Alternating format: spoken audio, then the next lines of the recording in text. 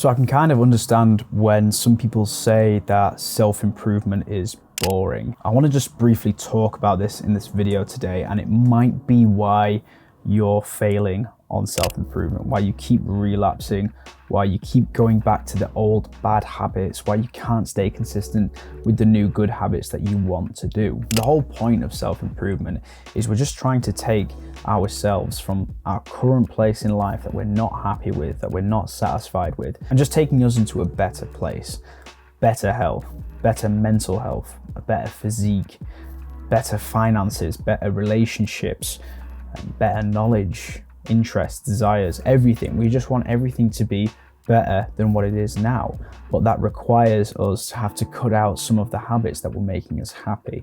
So this is cutting out things like Netflix, video games, junk food, addictions, porn, sitting around inside and doing nothing, chilling, all these things that are quite fun to do, and our bodies kind of crave doing them, and we just seem drawn to want to do those bad habits. And I totally get that, because for my whole life I've pretty much done them bad habits.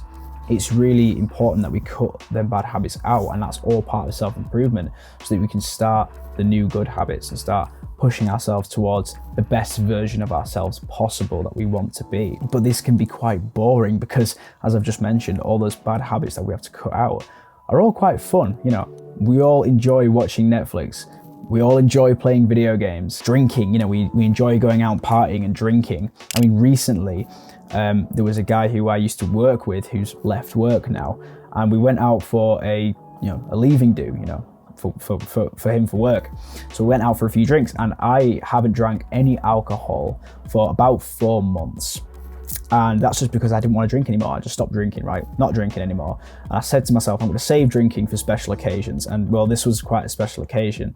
So we all went out drinking, and I was with all my work friends. And it was the first drink I'd had in 4 months.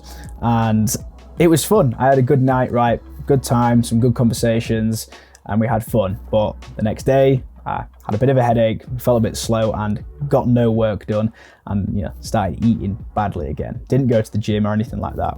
And whilst drinking the alcohol was fun, it has those negative effects on everything for like days afterwards. It really poisons your brain, and it just messed me up for the rest of the day. So we can all have fun with those little bad habits that we used to do all the time in like our routine. Every weekend we go out drinking, every day we play video games, every day we eat whatever we want. We just need to take those habits out of our lives, out of our regular day-to-day lives. But those habits, like I said, are fun. So self-improvement can then start to become quite boring, right? Your whole life kind of starts to become a little bit boring. Like, okay, what is there to do now? I'm just sort of like, I don't drink, I don't go out, I don't meet any of my friends because all they want to do is drink. I don't eat any junk food because I'm trying to improve my diet. Like, I'm on self-improvement. I don't want to be eating sugar and sweets all the time. And, I'm not allowed to play video games. I'm not allowed to watch porn. I'm not allowed, go watch Netflix for hours. Like, what do I do? You know what I mean?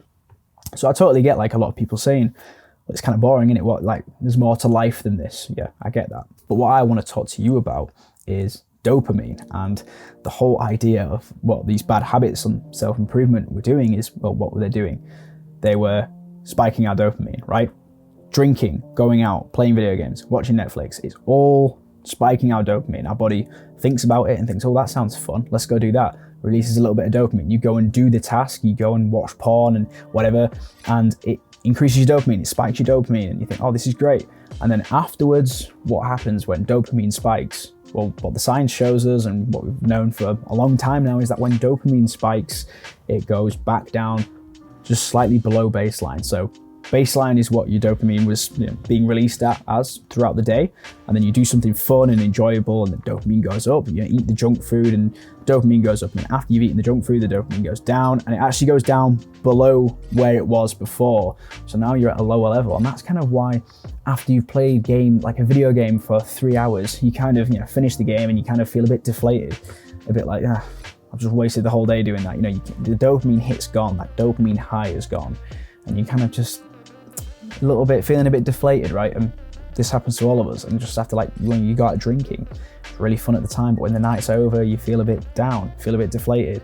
It's that dopamine trough that comes after the peak. So what do we need to do then to kind of make self-improvement fun again?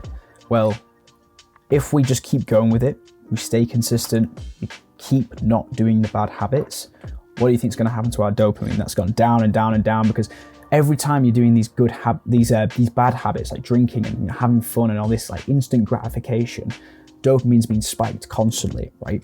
But when it spikes, it goes down below baseline. It spikes again, it goes further down and further down, further down.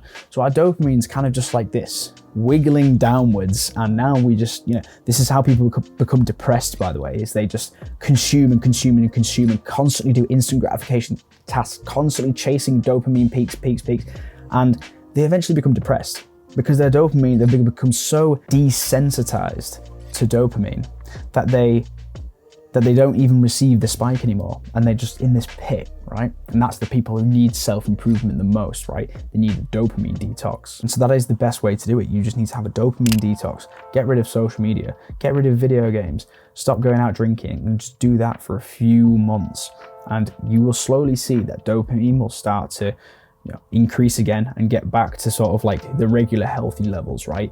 When you're constantly spiking dopamine and using dopamine, it's going to basically crash it. So we need to kind of restore the dopamines and restore the dopamine levels and get, like kind of like an alcohol detox would be, and get the dopamine back to baseline. And then when you're on self-improvement and you continue to not do these bad habits, because you become more sensitive to dopamine again after the dopamine detox, after stopping doing the bad habits, then little things in life sort of start to seem fun again. Like going to the gym and having a really good workout. I mean really good, you feel really good. You think, I'm gonna go smash this workout, and you get a really good workout in. That kind of starts to become like fun, kind of like watching a film or something, right? Or watching porn. It's kind of like the same like level of dopamine release of just like having a great workout. Going for like a really nice walk when it's sunny outside and just like listening to some nice music and it being relaxing. I mean, I've been on self-improvement for a while now, and I like look forward to going for a walk. I mean, it's 4:30 now. I'll be going for a walk at about 7 o'clock, and I'm looking forward to going for that walk and just putting my headphones on and just listening to a bit of music and just unwinding after the day. I'm looking forward to it. There's like a little bit of dopamine being released for me to go on that walk. And for a lot of people, maybe even you, going for a walk seems like the worst thing ever. Well, I've got to go for a walk. I've got to do cardio. Nah, I'd rather just sit here and play video games. Well, of course you would. Video games are way more fun than going for a walk.